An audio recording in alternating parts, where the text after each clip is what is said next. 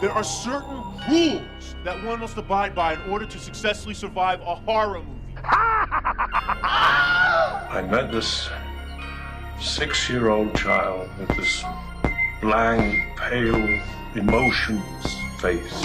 Hi, I'm Chucky. Wanna play?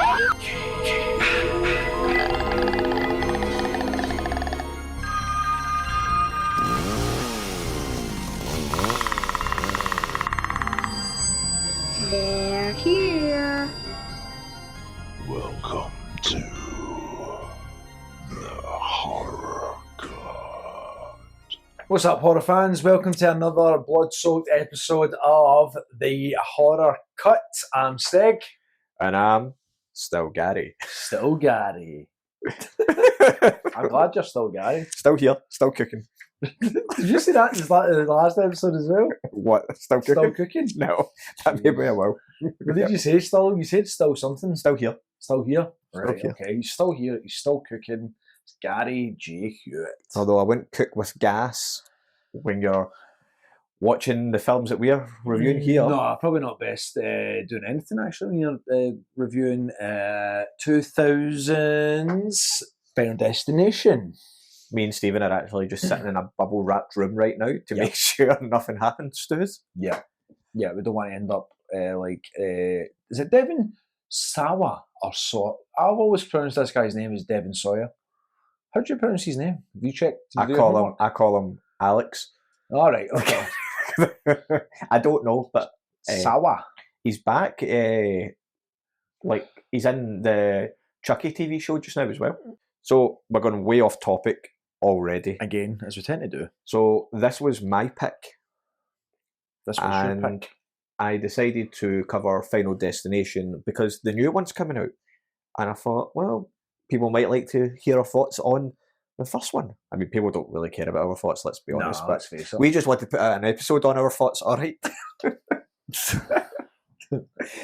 Yeah, so I just wanted to go back and revisit the first one. And for me, it didn't really disappoint. It gave you up. It kind of gave me a bit of nostalgia of the time it's set. I still really enjoyed it.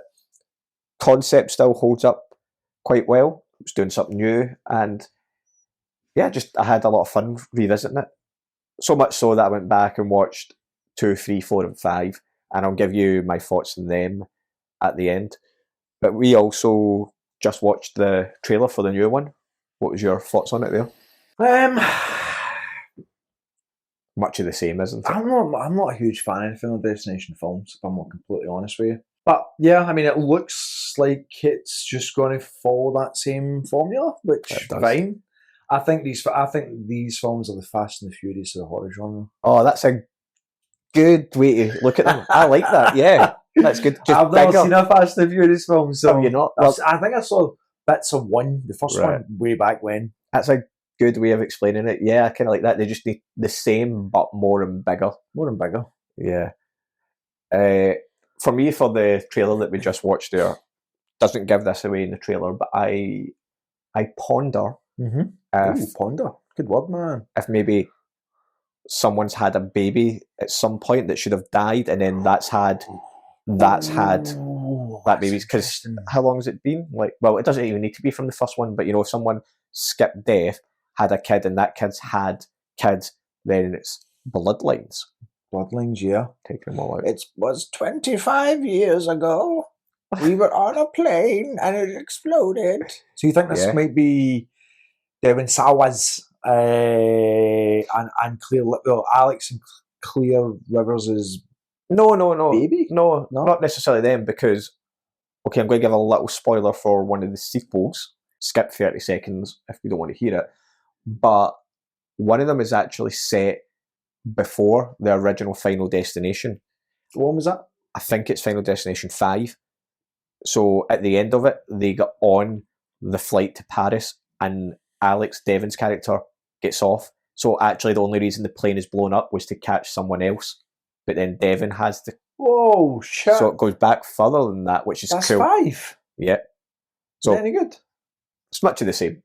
It's the Fast and the Furious 5. Paris Drift. So, yeah.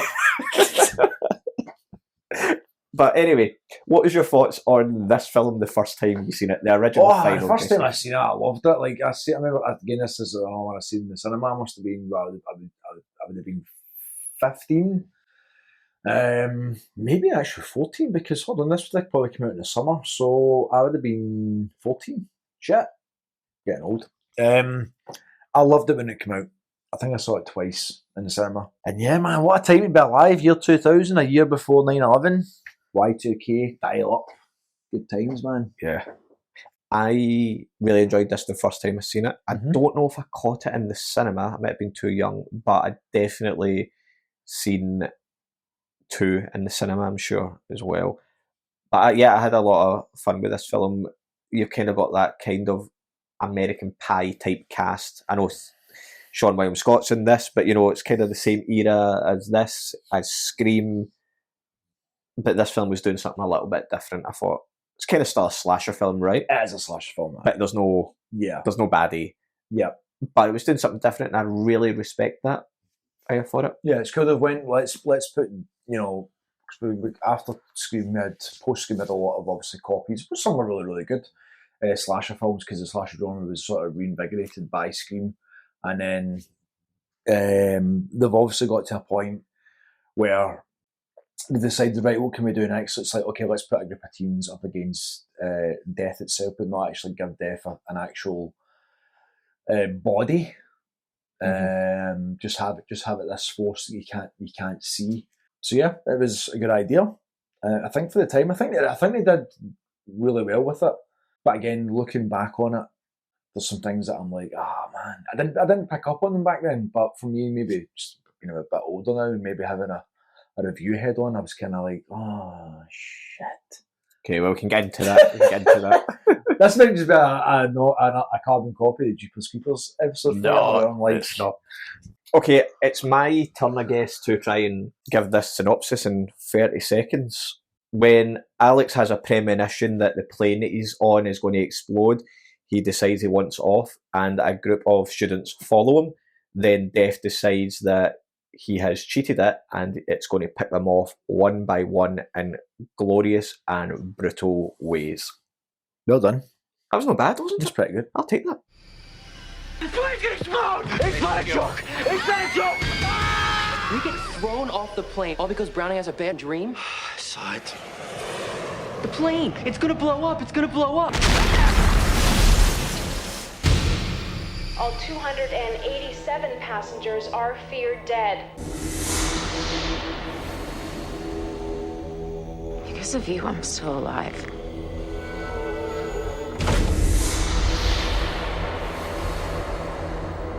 In death, there are no accidents. No coincidences. And no escapes. Did it happen again? Did you see Todd die? What if it was our time? What if we were not meant to get off that plane? What if there is a design, then it's not finished? By walking off the plane, you're cheating death. You have to figure out when it's coming back at you. So when I was younger, I didn't really know this kind of subgenre of horror existed. But watching it this time, I think this is subtly cosmic horror. Okay. Right? It is a slasher film, but I think it's like in a cosmic horror veil, if you like. You've got this unexplainable entity that we can't see or hear, and it has no shape, and it's killing off our characters one at a time. It can also move physical objects, so you see it like turning screws and letting water leak out or blowing stuff over. You've got it like keeping the seatbelt locked in, windows closing or not being able to be opened. And it seems to be able to communicate with the weather. I know I'm going a wee bit far-fetched there, but there's always a chill wind when it's about. They sense they get goosebumps. It's Storm for the X-Men. Yeah. As a killer. What is that line she has? Who's Storm for the X-Men? Yeah, she's the worst, like, one of the worst. You know what happens to a toad when it gets struck by lightning? The same as everything else. Oh, yeah. Anyway, you've also got Alex, who is suddenly blessed with this power of seeing the future. Maybe like a curse, but all right. What? Maybe like a curse. Maybe a curse, right? But he sees the plane crashing. He sees the reflection of the bus. He sees the reflection of the train. He sees the seatbelt tearing as well to save Carter. But here's my question, right? If death is this like kind of cosmic entity and it's trying to kill these characters, then why is it giving them clues?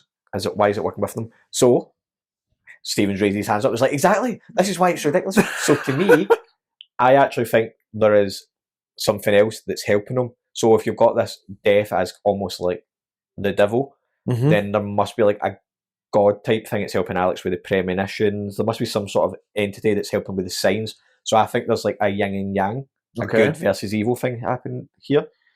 Because you've got the desk fan rips up the magazine to reveal Todd's name, spelled with one D, which I'm sure is German for death. Is it? Something like that, yeah. Oh, done. There is the burning embers that shows kind of Luton's house.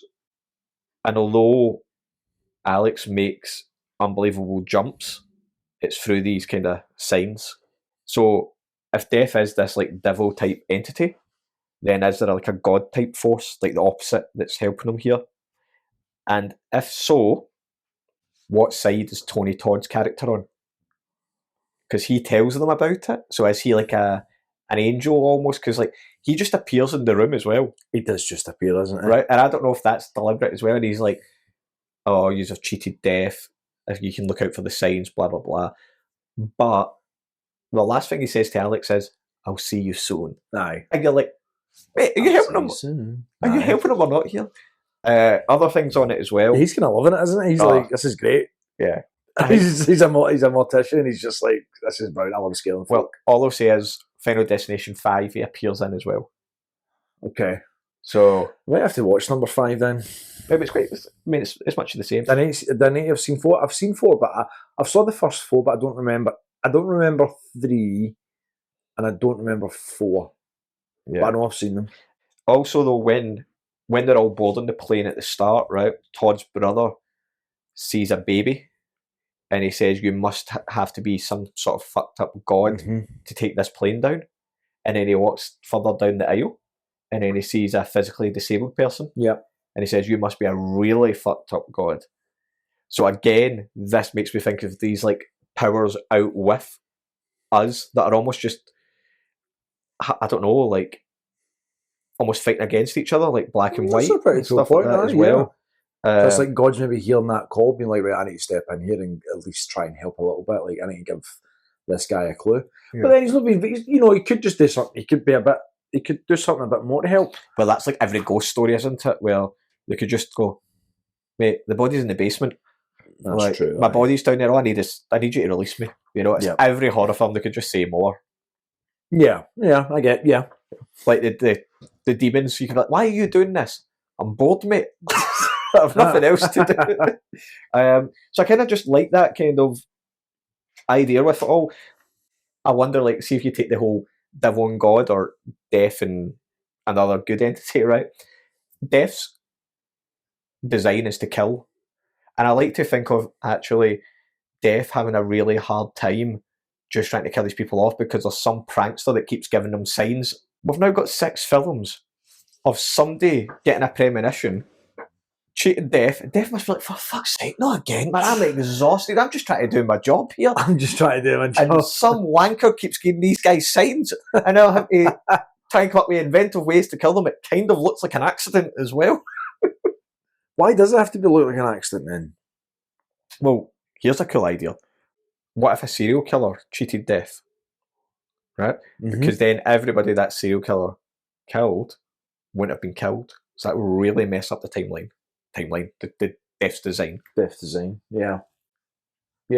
On death design thing, like for me, like, you know, the film goes back and forth with different explanations, and Alex seems to have it figured, and then he's like, oh, this happened, so, you know, I didn't get out of the seat, so now it's, and every time I've watched this, I've went, I almost go, I should really try and understand what the design is that Alex is believing in, but every time I watch it, I go, you know what, I can't be arsed. I get Yeah, it's where they were sitting. Where they were sitting.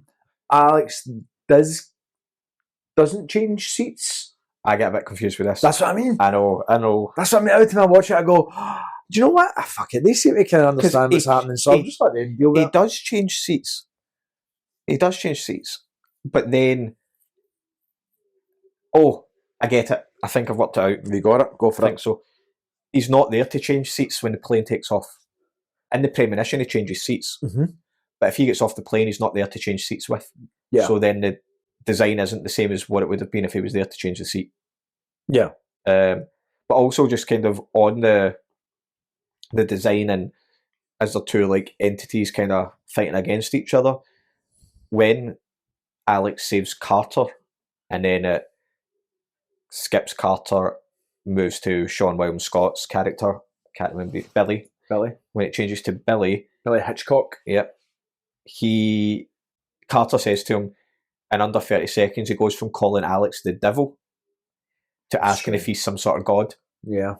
So I just think there's a really kind of cosmic, like subtle cosmic horror, I think. And they haven't fleshed this idea out in any of the films, which I guess it could be just because, let's face it, like for me, after the plane crash, maybe after Todd's death, the film for me just goes, how can we make this like a game of Mousetrap? Mousetrap, the board game, and it's just like, what's the most creative way of doing this? See, I disagree. I actually think this one plays it quite safe, and 2 to 5 are like, we need to go, because like the shower scene. Let's talk about, because the 2 is really like that. Let's talk about Todd's death. Mm-hmm. I actually think it's fucking violent as fuck, and the makeup is really cool as well. See his eyes when he starts to go really like bloodshot. Yeah, it's horrible. It's a horrible scene. I've just noticed something like, so we've got the IMDb list up here. I know what you're going to say. It's one of my notes, but go for it. Chaney. Yep. Hitchcock. Yep. All the characters are inspired by classic horror people. Oh, right, okay. So Alex Browning. Browning did was it the Freaks? Yes. 30s. Todd Wagner did The Wolfman. Oh, okay. Billy Hitchcock. Alfred. Are you sure? Agent Shrek. The Shrek, that's a German way it was spelled maybe? Max Shrek. Okay, Max Shrek. Yep. Valerie Luton is the interesting one. That's Val Luton from Cat People.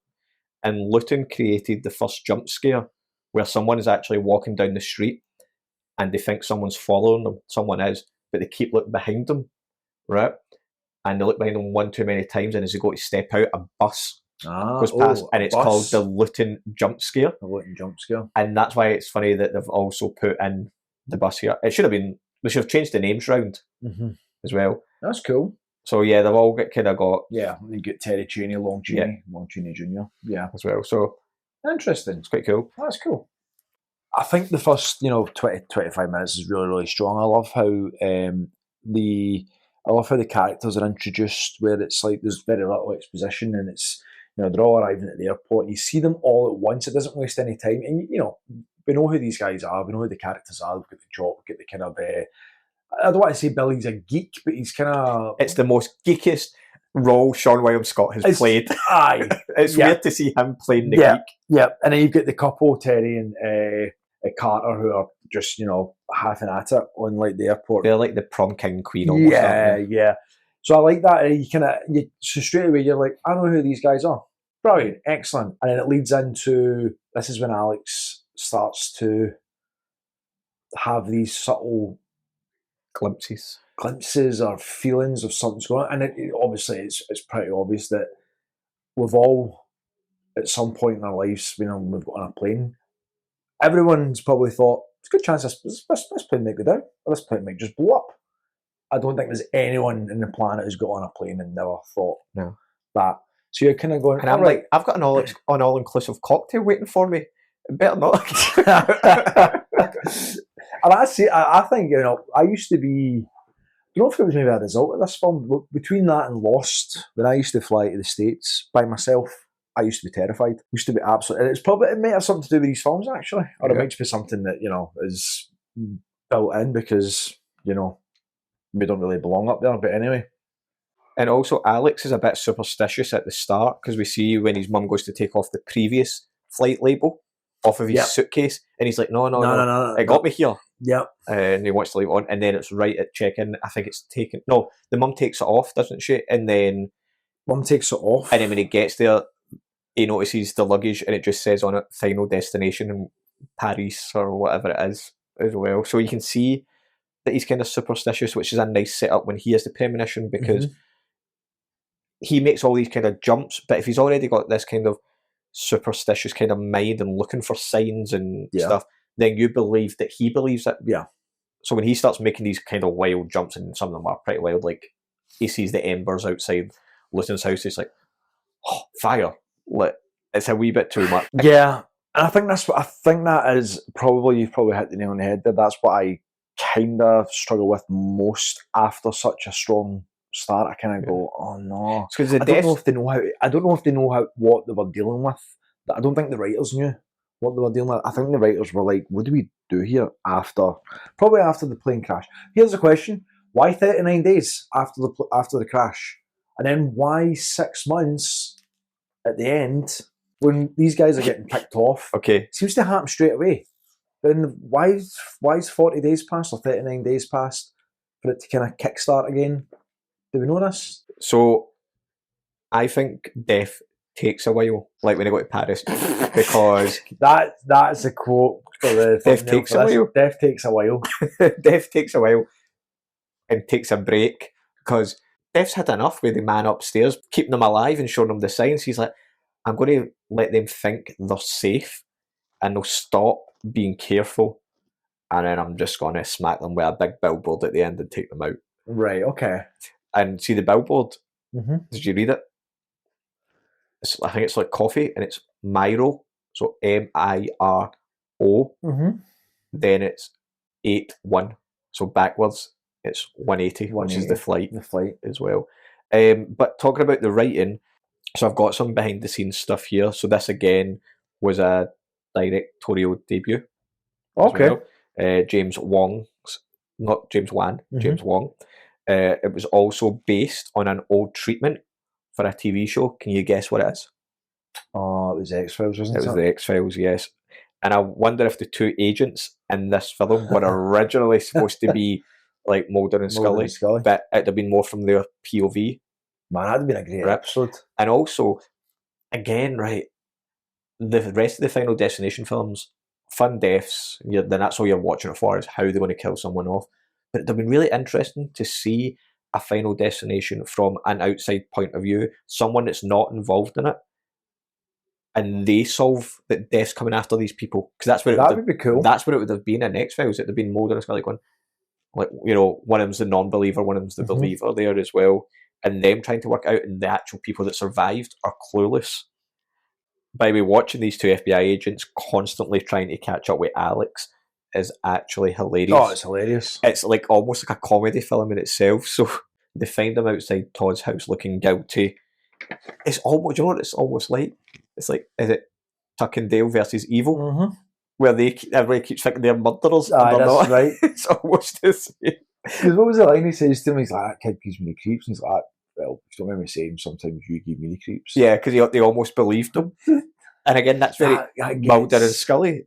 Yeah. As well, like the non-believer and the believer. Yeah, well, yeah, totally. But they also find them checking the teacher's tyres of a car.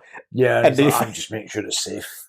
It's quite funny. Do you think Todd was killed too early? Do you think having Todd as one of the later, maybe dying later on in the film, do you think it would have been a different dynamic if Todd wasn't one of the first ones to go? So we've got, kind of wondering that. What order is it again? We've got Todd in the shower. Todd goes first. Then it's Terry with the bus. Then it's Hitchcock.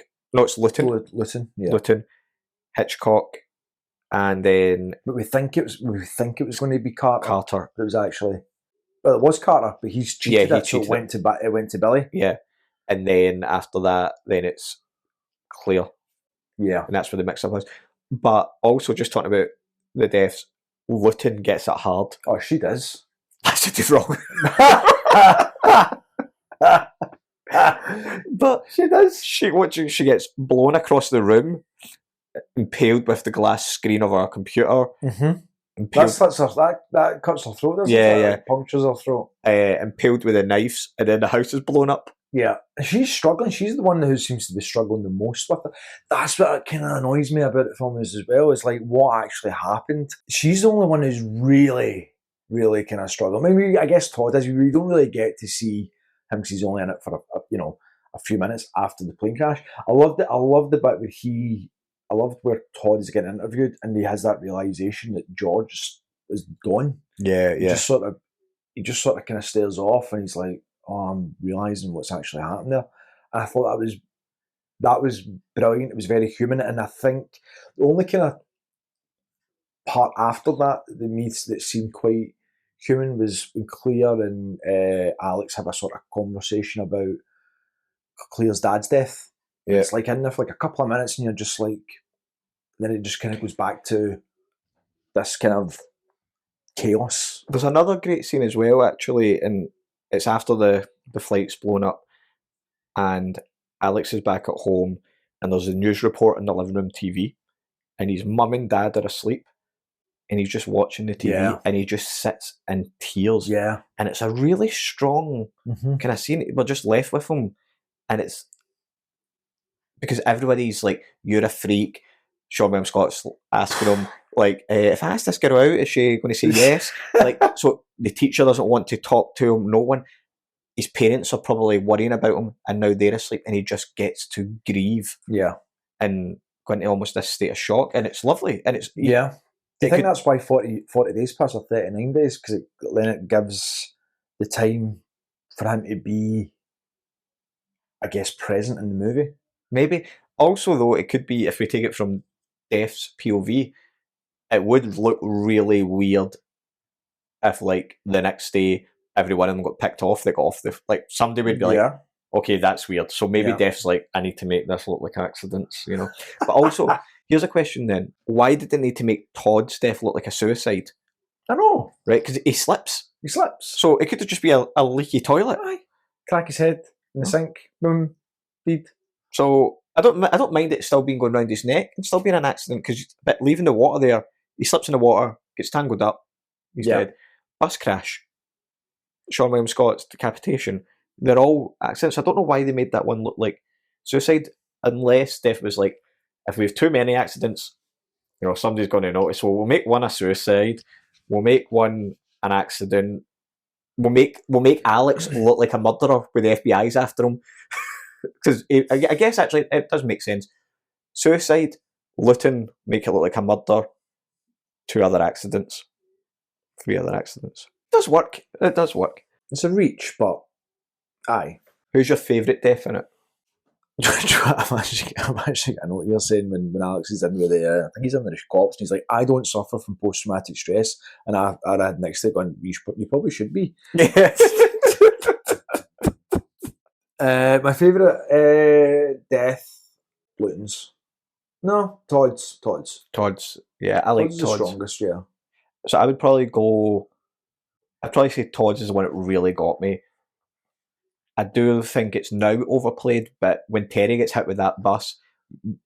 it jumped out your skin when I first seen that. That framing to do that now is so overused. You see it coming. Yeah. But even then, I'd never seen that coming at all, and it really worked for me. But I also I like how the movie ends, right?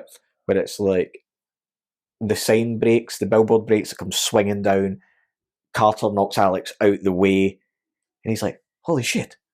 So who's next? And you just see the sign swing back, and I just thought, brilliant. That's a good way to end. Good way to end it, yeah. The problem is every other Final Destination has done that, so now we know the formula. They're never ever going to cheat death. So I'm like, ugh. But there, I thought that's a good ending for the film. Mm-hmm. Yeah. We've not spoke loads about it, but the actual explosion, I think the way it's edited is brilliant. Are you talking about during the premonition or after it? The actual the real crash, the real explosion. I think it's brilliant because it doesn't do it from inside the plane; it's just from the airport as it's going up, and it's really cool as well because you see Carter and Alex are having this fight. By the way, Carter's a bit violent, isn't he? He's a bit of a prick. He just likes to attack folk all the time. I think I've got it down here, but you grow to like him. It's weird. Because I think he's not a big guy, and it's funny because Billy and Alex give him shit as well. I've got that as a note. Yes, they don't cover him. No, Billy calls him a dick several times, and he's not a big guy. He's a bit of a fucking pretty boy, like almost. Billy, Sean William Scott's character, Dick. I think he gets knocked off his bike about 10 times constantly, and he seems to be so happy as well when he's like just driving. He's like, "Hey, Alex," and fucking bang, and he's like, "Shit!" Because I think it happens. Carter nearly hits him with his car at the memorial site when he goes to etch in Terry's name, and then he gets knocked off his bike from Luton's explosion as well. Poor Billy, man. But yeah, and you see sort of Billy looking. I think you see the plane start to take off, and it kind of cuts to those two kind of having that fight on the ground, and then Alex says the words, "I wish you were still in the plane" or something. He says something like that, and then it cuts to again. You see the shot of them with their all in shot, and it's instantaneous. It doesn't. You don't see the plane going up, and then goes. It just goes bang, and you're just like, it blows the windows out as well. Yeah, blows the window out, and like I remember when I seen that at the cinema, I was just like, "Holy fucking shit!" Yeah, great idea, great build, great build up, and even after when they're all sitting in the room, was it Newton says about because she's kind of reeling from the guilt of letting the other teacher go on. What is it she says? Like, you know, the whole French thing. That's like he's a fucking French teacher. I know. I'd hope he would know a bit of French. Yeah, you can do all the French things. Yeah, that's true. But I don't know about you, but Claire, I had a bit of a crush on her growing up. Oh, I didn't. No, not Claire. No, I did. She was in the Resident Evil franchise as well. Oh, that's right. Aye, as well. Yeah. No, I didn't so much. You may have into Carter. Aye. I don't know. Ever floats your boat, man? Don't know if there was anyone in this. Maybe the FBI agents. Agent Shrek. Just on my next point, actually. So mine is fun clues and signs that are like sprinkled through this because I noticed a lot of them. So the first one that I noticed is there's a man in the airport handing out flyers and it says "Death is not the end." Yeah, what is it? He says Harry Rama. I can't remember what it is, but yes, the fact that the flight's called 180, like 180 degrees, is like go back. Yeah. Right, so like reverse turn. Turn around. When Alex hands over his luggage, we get that nice big Final Destination sign on the sticker that we already spoke about. Did you not say something about his birthday at that point? Yes, so I couldn't quite work that in properly, but yeah. But maybe that's just another superstition thing. Uh-huh. John Denver.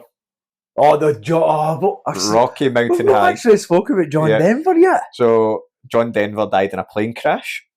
96. I don't know exactly when it is. It wasn't long after this film was made. I think it was 1996, 1997. John Denver died. Right. So we first joins a list of rock stars or famous musicians that have died in plane crashes. So Rocky Mountain High plays in the airport toilets when Todd and Alex are taking a shit. Plays on Todd's radio in the bathroom before he's killed in the shower. Yep.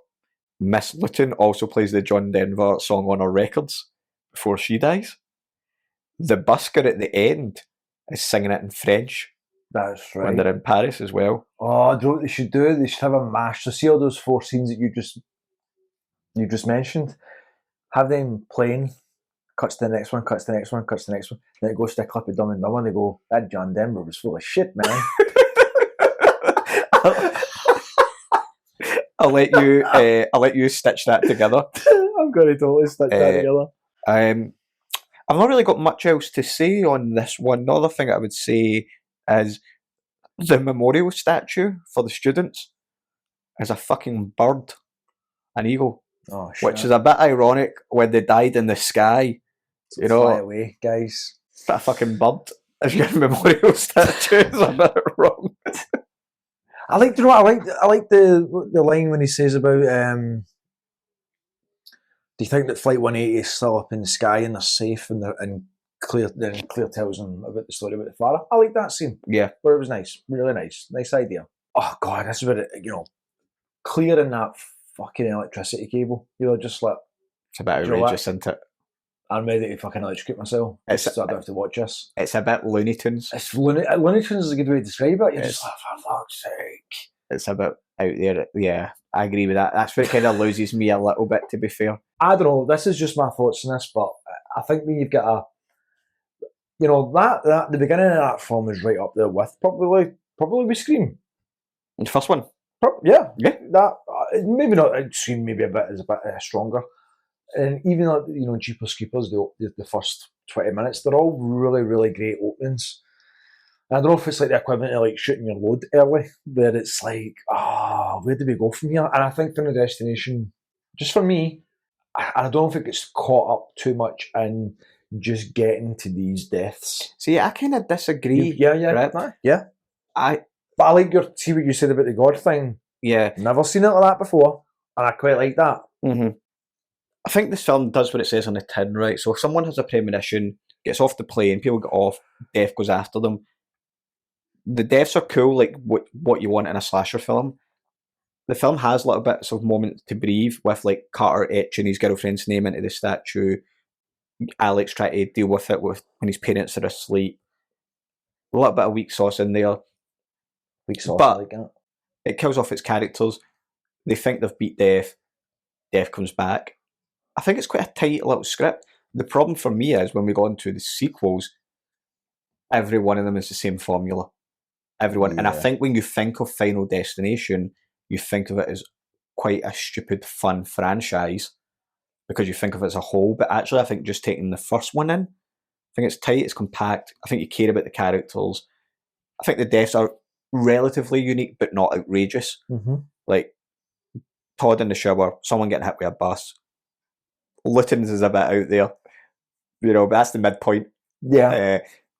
Sean William Scott's is a nice twist, nice bit of misdirection with Carter. Sean William Scott gets taken out, and then at the end, it goes like that's the she doesn't die, but Claire, her cable thing. It's like, come on, we can come up with something better than this. Welcome to primetime, bitch. It's just a bit like it's a bit Home Alone when but when Marv grabs the taps and he's like, it's a bit like that. It's a bit. You're kind of like, this is not doing with it, but again, it's like, because I think up until Todd, it's kind of a bit scary. I don't know if that's the right word, but again, 15-year-old me watching it was like, fuck. I mean, you go home and put the knives away. Oh, fuck it. You're fucking right. And that's the thing as well. It takes a long time for him to end up in that cabin where, like, he's in there by himself. Although he opens up an aluminium can, which could have been sharp. Which I'm a bit like, hold on a minute, if you're trying to protect yourself, you shouldn't. Does he not? Like, stuff, the wind comes back, death works with the wind. Yeah, and the then wind comes back. Stuff goes wrong and he closes the cupboard and the knife comes out. And then it's like a little shitty knife. He says something like, or is it a nail or something? And he's like, death by tetanus. That's what death's going to do. It's going to kill you really slowly over like. Yep, and that's when he has that sort of he challenges him. He says, "I bet you fuck." Mm-hmm. Funny when you're saying there about all the films and the formula. See, I think most people now, when you talk about Final Destination, they talk about the scene in the second one. Yep, with the log. The log more than anything. Yeah. Which is mad. For me, I'm like, wow. It's okay. Well, let's go to some of our listener comments then, actually. So you want to take the first one? So we've got Sledgehammer _your_worst_nightmare. Let me just take away those underscores and say, Sledgehammer, your worst nightmare, commented to say, I had to say that the Final Destination movies are all brilliant, fantastic script, and all the death scenes are detailed and gory. Must say the highway scene is just perfection. LOL. Didn't traumatise me. In fact, on the highway when I see a truck full of logs, I'm like, Final Destination time, to whoever may be with me. which is really interesting because you're speaking about the log scene, and it does. So Sledgehammer drives like to put herself in the position, the situation, behind the logs, rather than most people do, is to like, I don't know, stay out of the way. Well, it really freaks me out, that scene, because it wasn't a log type lorry, but when I was younger, an Arctic lorry went into the side of a car that I was in. Mm-hmm. So, like, see if like I'm on like a motorway / freeway, and one of those trucks comes up the side, especially if it's raining, I'm like, oh God, here it comes. This is it. Have a premonition now. Have a premonition. So obviously Sledgehammer thinks all of them are fantastic. What I would say is, same formula kind of weakens it. However, you're watching it for the gory deaths. I suppose it's the same with like the Saw franchise as well. But the Saw franchise is probably a little bit stronger in my opinion. With maybe, yeah. But I've only seen up to. Well, I can only remember up to 3, 4, 5, maybe 5. I can't remember. But what I would say is, like, the new Final Destination's coming out. Anyone that's going to see that aren't going for plot; they're going for the deaths. Yeah, do you know what? It's probably up there with like your Friday the 13th films. It's like, by the time you get to part 7, part 6, part 7, it's almost like you just want to see Jason kill a bunch of camp counselors. Exactly. That's all you want to see. Exactly, yeah. Sandy Jack says, Final Destination, the bus / truck hit is one of the best, if not the best, jump scares I've ever experienced, next to The Exorcist Devil Face on Exorcist 3. Ooh. You're a big fan of that film. Brilliant. So yeah, Sandy's talked about the Luton bus technique. Mm-hmm. And I think it is overdone now, but back then it really hit me. At the time it hit me as well. Yeah. Not as much as it hit Terry, but... Do you know my brother got hit by a bus when he was 7? Right. I saw it. Is he alright? He's fine. I don't know if he's fine, but he hit still a going bus strong. When he was a kid. That was quite a... Didn't he have any premonitions? Didn't he see it coming? No. He never seen it coming. God. You want to do the last one there? Sindri Thorson. The third one made me stop doing roller coasters for a few years. So I rewatched all of them, and I'll go into my thoughts in a second on them. Third one, the only thing I really remembered was the roller coaster. That's your plane crash, your motorway pile up. Third one's a roller coaster. The only other thing I can remember from the third one was the sunbed death. The 2 girls go for the sunbeds and get stuck in it. And I watched it this time and I was like, you can get out of there. Oh, right. It did not hold up as much as what I wanted. I really remembered that. I was like, oh, that'd be awful. Because what happens is a shelf, like a plank of wood, falls and wedges in between them, so they can't lift the lid up. Okay. But it's only by like a few inches at either side. So all I had to do was push the bit of plank into one of their own sunbeds and it frees up the other one. Frees up the other one and then they get them out. Yeah. I mean, it's still a violent, cool death. I mean, that's what I mean. It's like... cool, it's warm. Hey! You're getting as bad as me. Do you know what? I actually quite liked the ending where you see the 3 of them in Paris and Carter's there. You're like, oh, that's kind of nice. Just like we grow to love him. Maybe not love him, we grow to like him. So have they. He's still an arsehole though, which is funny. And he's got two first names. No, he's got 2 surnames. What's that? Kerr Smith. What's that all about? Apparently you can't trust someone with 2... What is it? You can't trust someone with 2 first names. This is all new to me. So like Peter James, an author. But this guy's got 2 surnames, which is actually my surname, Kerr Smith. Right. Which is interesting. I've actually got cousins by the name Smith, Kerr Smith, on my dad's side. Oh, I'm just realising this. That's weird. Oh, don't trust your family. But yeah, I liked seeing them sitting there. Talk me through why Alex starts to freak out. What happens? He sees something. He has that feeling that something's about to happen. I'm sure it's not him. So he's trying to. He goes back over Death's design. He goes back over the design, and they're like, "Oh, away you go!" And he's like, "No, look, blah blah." And he brings out his documents, and it says that happens. Claire has the thing. I think she sees the bus. Fucking buses, man. Fucking buses. And I think Alex must see something because he decides he wants to head back to the hotel, and she He says stay away from me or something. Yeah. He kind of... But she is the premonition. And I think that was set up for 2 so that we could have other characters looking for the signs. Okay. Yeah, she's back in the second one, isn't she? Yeah. Carter? Is he? No, he gets hit with a... Wait, you don't see him getting hit right there. That's true, it cuts to black. But he's not gone anywhere. He might come back, but he's just severely damaged. Maybe he's in a new one. Maybe, aye. So, for me, number 2, I thought was really cool. I'm going to try and not spoil these, but you can skip ahead if you like. But 2 was really cool. Everyone remembers the motorway pile up, the logs. I didn't really remember much about any other kind of deaths or characters in it, except the boy that gets flattened with the glass. Oh, that's right. Cool. He's a young boy. He's like a teen. Yeah. Yeah. 13, 14? Yeah, young teen anyway.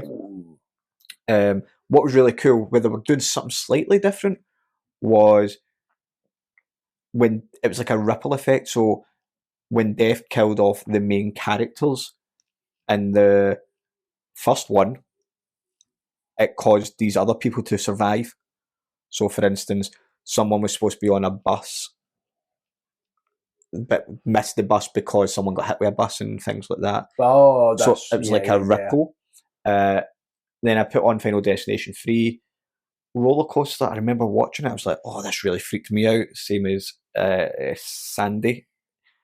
Didn't freak me out as much watching it this time. I actually think it was CGI heavy. This is where CGI comes into these films. It didn't really stand up as much. Yeah, because there's not a lot of CGI in this one. Even, well, I guess when the premonition of the flight and the flames. Yeah. Actually, I thought it was quite effective. Yeah, it still held up. Yeah. 4 and 5 were just pile of wank. It was very just like, it was getting to the stage of like films were just making every character almost an arsehole, so as you look forward to them being killed, you don't care about it. Yeah. So when I put on number 4, all I remembered was a really cool scene, because that one was called The Final Destination and it was in 3D. Okay. So it was all that CGI, blood to your face type stuff. But all I remembered was one really cool scene on an escalator. So I'll leave it there because I don't want to spoil too much. And then 5 has a cool twist that I mentioned at the start, but I won't mention again, so I don't need to spoil it. And then that's it. So they became more forgettable as you went on. Okay. But 5 has got a cool twist. See, I can't wait to watch 5 now. 5's it's worth the watch. Rat bastard. It's worth the watch. They're all kind of worth the watch, but first one is definitely the strongest one there. What would you rate it then? I would say now probably it's pushing a 3. I don't think it's a 3. 2.75. Jesus. the same as Jeepers Creepers, I think. Yeah. I think I marked that. So for me, I'm actually going to go with a 4 out of 5 still. Oh, yeah, 4 out of 5 buses. 4 out of 5 planes. Oh God, I should have went with that. Get the bus to the next one. 4 out of 5 because I think what's weakened this film is its sequels. Okay. I don't think the acting's not amazing. There's nothing wrong with the acting. Yeah, it's cool. It's a cool, for its time, it was a cool new horror film, new horror concept. I think it did it well. Characters were decent. It was that cool of a concept that we're on got number 6 coming out this year. And the fact that it started on a treatment for an X-Files episode. I'd love to have seen that treatment, by the way. Yep. So I'm going to give it 4 out of 5 buses because I'm looking at it from the time that it came out. 4 out of 5 buses. And it's losing a mark for the scene with Claire. Clearing the cable. She didn't clear that cable. Yeah, so for me that's kind of where it loses it. But other than that, yeah, I thought it was decent. Yeah. Is that us wrapped up Final Destination? Yeah, I think so. We can unpeel the bubble wrap now in the room. Right, what's your creative recommendation? Is that because you have no thought one yet? Yep. You've put me forward. Okay, so I'm going to go. I'm working at Aerial Edge in Glasgow, so Aerial Edge Circus School. So if anyone wants to learn circus, we've got a flying trapeze rig, aerial hoop, silks, trapeze, trampolines. If anyone wants to come and try out some circus stuff, drop me a message. So my creative recommendation is for female horror fans that are close to Glasgow as well, and it is Final Girls. You can find them on Instagram. They also have a website called finalgirlsgla.com. That's GLA for Glasgow. And Final Girls is a film club for female horror movie fans that meet once a month and discuss all things horror. So thanks for listening to The Horror Cut. If you like this episode, don't forget to follow us on social media at The Horror Cut Show on Instagram and Facebook.